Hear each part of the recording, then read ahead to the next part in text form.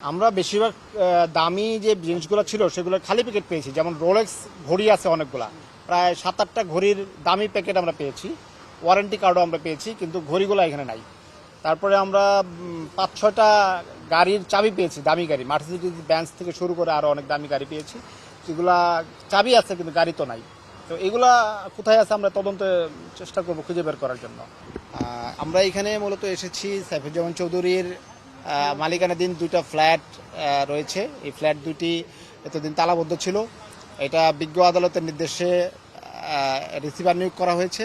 সেই রিসিভারের অংশ হিসেবে ফ্ল্যাট দুটিতে প্রবেশ এবং ফ্ল্যাট দুটি থেকে কি আছে না আছে সেটা আমরা আইডেন্টিফাই করে রিসিভার হিসেবে সম্পদ ইউনিটকে আমরা বুঝিয়ে দেওয়ার জন্য এসেছি। মূলত তৎপ্রেক্ষিতে তারা পরিদর্শন করে দেখে যে ফ্ল্যাটগুলো তালাবদ্ধ।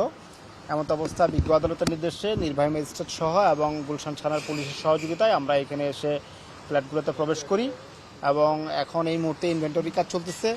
ইনভেন্টরিতে প্রাথমিকভাবে আমরা কিছু জিনিস পেয়েছি। এখানে কিছু গাড়ির চাবি পেয়েছি, আমরা 5 থেকে 6টা গাড়ির চাবি পেয়েছি, দামি গাড়ি, মার্সিডিজ বেঞ্জ সহ রোলেক্স ঘড়ির অনেকগুলো প্যাকেট পেয়েছি, ম্যানুয়াল পেয়েছি। এছাড়া বেশিরভাগ দামি জিনিস অবশ্য সরিয়ে ফেলেছে, তবে আমরা এখান থেকে অনেক ক্লু পাবো, তদন্তের অনেকগুলো ক্লু পাবো, যেগুলো আমরা ভবিষ্যতে আমাদের কাজে লাগবে। তো আপাতত আমরা ইনভেন্টরি করছি। ফ্ল্যাটে অনেকগুলা ওনাদের ব্যবহৃত কাপড় চোপড়, দামি জুতা, দামি কাপড় এবং বিভিন্ন ফার্নিচার রয়েছে। এগুলো আমরা ইনভেন্টরি করে পরবর্তীতে সম্পদ ইউনিটকে বুঝিয়ে দিব, যাতে তারা এটা রাষ্ট্র আওতায় আনতে পারে। সম্পদ ব্যবস্থাপনা ইউনিট এই সম্পদটা নিয়ে কী করবে? সম্পদ ব্যবস্থাপনা ইউনিট সাধারণত এটা আইনে বলা আছে যে এই সম্পদটা যাতে যথাযথ ব্যবহার নিশ্চিত করা হয়। যদি এটা ভাড়া দেওয়ার উপযোগী হয় তাহলে ভাড়া দিবে, যদি এটা ভাড়া দেওয়ার উপযোগী না হয় তাহলে এটার রক্ষণাবেক্ষণ নিশ্চিত করবে। এই কাজটা সম্পদ ইউনিট করবে। আচ্ছা, আরেকবার যদি বলতেন আপনার জায়গাটা কেন আসছেন? রিসার্চের জন্য? এটা হচ্ছে দুদকের যে সম্পদ ব্যবস্থাপনা ইউনিট আছে সেই ইউনিটের তত্ত্বাবধানে থাকবে। আরেকটু জানতে চাই, আমরা লাইভে আছি তো, আপনি বলছিলেন যে তারা এই ফ্ল্যাটটিতে যখন প্রবেশ করেন তখন দেখেছেন যে দামি জিনিসপত্রগুলো সরিয়ে ফেলা হয়েছে বলে আশঙ্কা করছে। জি জি। এখন পর্যন্ত আপনারা কি মিলেছে যদি একটু বলতেন? আমরা বেশিরভাগ দামি যে জিনিসগুলো ছিল সেগুলো খালি প্যাকেট পেয়েছি, যেমন রোলেক্স ঘড়ি আছে অনেকগুলা, প্রায় 7-8টা ঘড়ির দামি প্যাকেট আমরা পেয়েছি, ওয়ারেন্টি কার্ডও আমরা পেয়েছি, কিন্তু ঘড়িগুলো এখানে নাই। তারপরে আমরা 5-6টা গাড়ির চাবি পেয়েছি, দামি গাড়ি, মার্সিডিজ বেঞ্জ থেকে শুরু করে আরও অনেক দামি গাড়ি পেয়েছি, যেগুলা চাবি আছে কিন্তু গাড়ি তো নাই। তো এগুলা কোথায় আছে আমরা তদন্তে চেষ্টা করবো খুঁজে বের করার জন্য।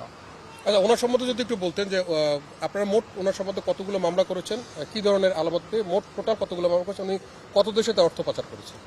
আমরা ওনার বিরুদ্ধে তদন্ত শুরু করার পর থেকে পর্যন্ত 30টি মামলা করেছি, যেখানে প্রায় 500 কোটি টাকার মতো ইনভলভ রয়েছে।